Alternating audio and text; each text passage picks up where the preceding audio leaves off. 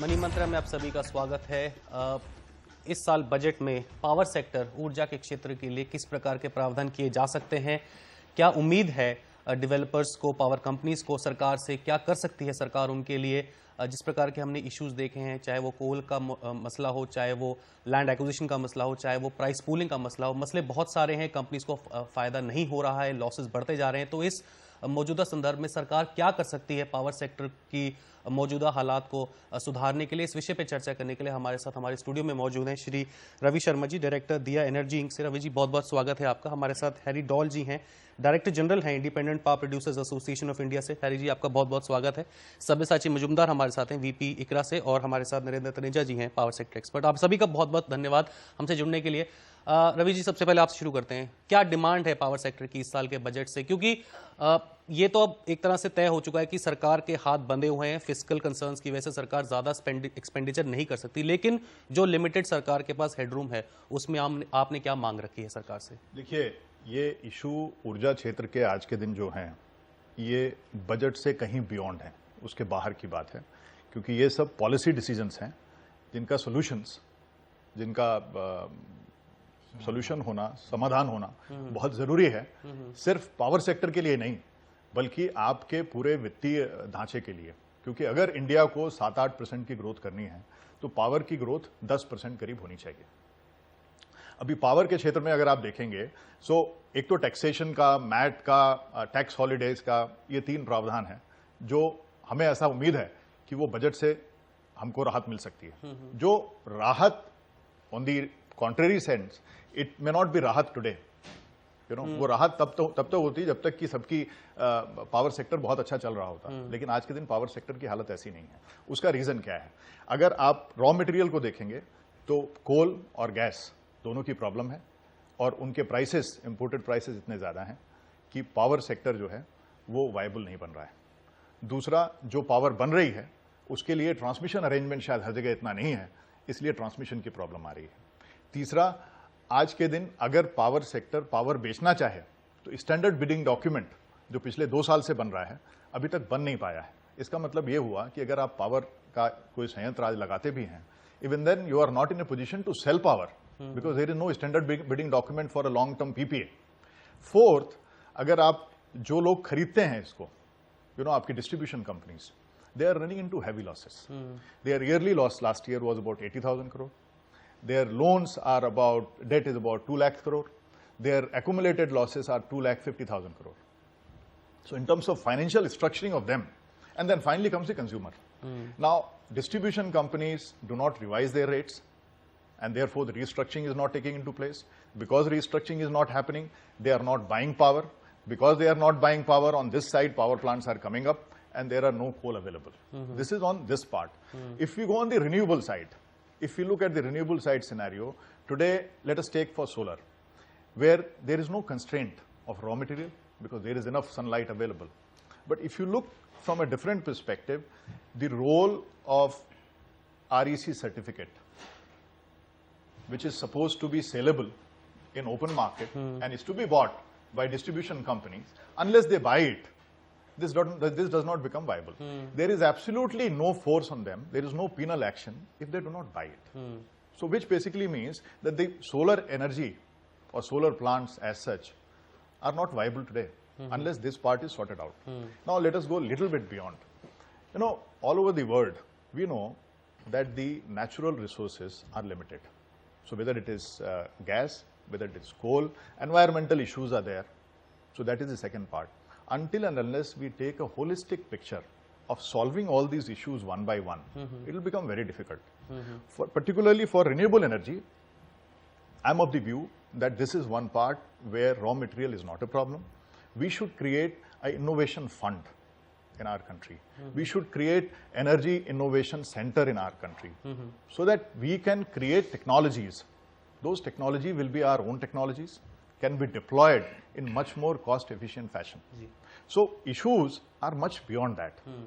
Maybe I can say that 81A should be there. It should be removed. MAT should not increase. The tax holiday should be there. but these are normal issues which government can do. But I think there are more holistic issues. मेरे हिसाब से demand तो ये common है ATIA की और mat को ना बढ़ाया जाए। हैरी जी, आप बताइए, आपकी तरफ से क्या डिमांड रखी गई है सरकार के लिए? देखिए, ऐसा है, डिमांड रखना और जैसे इन्होंने कहा कि बजट के बियॉन्ड एक तरह से बात मानी जा सकती है, लेकिन मुझे ये कहना है कि हम लोगों को एक ही बार once and for all we must understand कि प्रॉब्लम क्या है। पावर सेक्टर को हम 20-25 साल से देख रहे हैं, कुछ भी कहें सब तरह की कोशिश होगी, नया बिल आ गया, सब कुछ आ गया, सरकारों ने अलग अलग मंत्रियों ने बहुत कोशिश की, लेकिन प्रॉब्लम क्या है ये लोगों को समझ में नहीं आया। मेरा कहना यह है कि सबसे पहले आप लीजिए डिस्ट्रीब्यूशन की जो लॉसेज हैं, जो इलेक्ट्रिसिटी बोर्ड की लॉसेज हैं, वो they are on account of agriculture. और जो एग्रीकल्चर है वो इस देश में सब्सिडाइज सेक्टर है और वोट बैंक गिना जाता है। क्योंकि ये वोट बैंक गिना जाता है तो ये जो जितनी भी बिजली इनको मिलती है, इनको दी जाती है और राइटली सो देनी चाहिए, उसके पैसे या तो लेते नहीं है या वो उसको फ्री माना जाता है।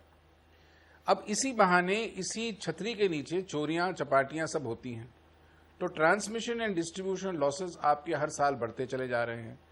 10 साल पहले मॉन्टेक सिंह जी का फॉर्मूला था, वो लगाया गया, बेल आउट किया गया, अब फिर 10 साल के बाद फिर एक बेल आउट की बात हुई है।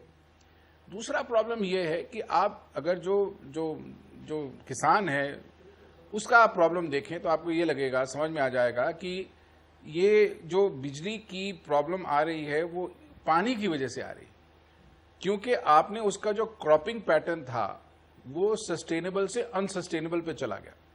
मतलब क्या कि जहां पे पहले वो रेन फेड क्रॉप्स उगाया करते थे या छोटे छोटे क्रॉप्स, अब उनको लगाना है, बताया गया है कि आप शुगर केन लगाइए, आप राइस लगाइए।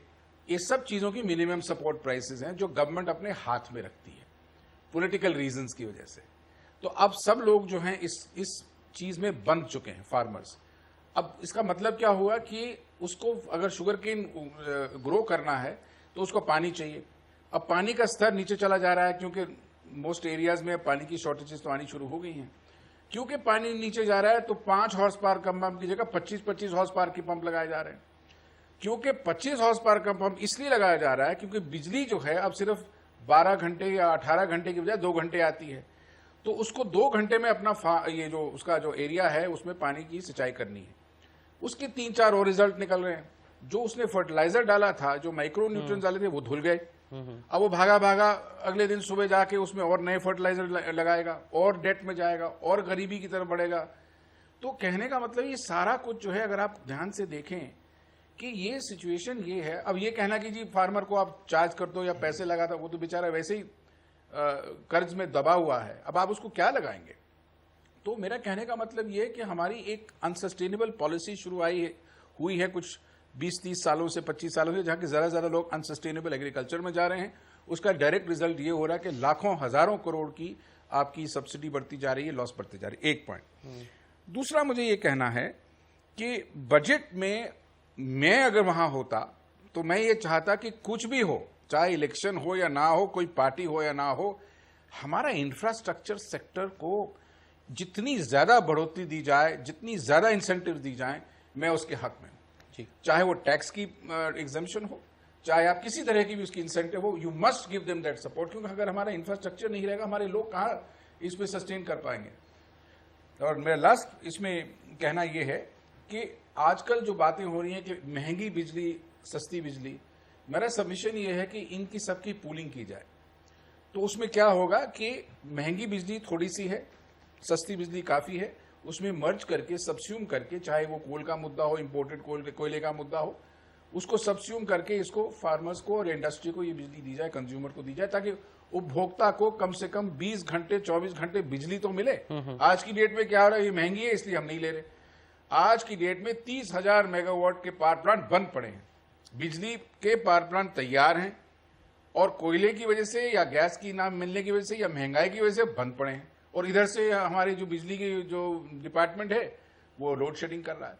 तो इस परिस्थिति में मेरे ख्याल से इसको बहुत ज्यादा ध्यान से देखना पड़ेगा। इंडस्ट्रियल आउटपुट की बात करें, एग्रीकल्चरल आउटपुट की बात करें, लॉ एंड ऑर्डर की बात करें, हजारों चीजें कनेक्टेड है बिजली से। तो मैं अभी इस स्टेज पे यही कहना चाहूंगा कि ये कुछ फंडामेंटल इश्यूज हैं जिसको अगर आप पॉजिटिवली होलिस्टिकली देखा जाए तो बजट में जरूर इसका रिफ्लेक्शन आना चाहिए और आ भी सकता है।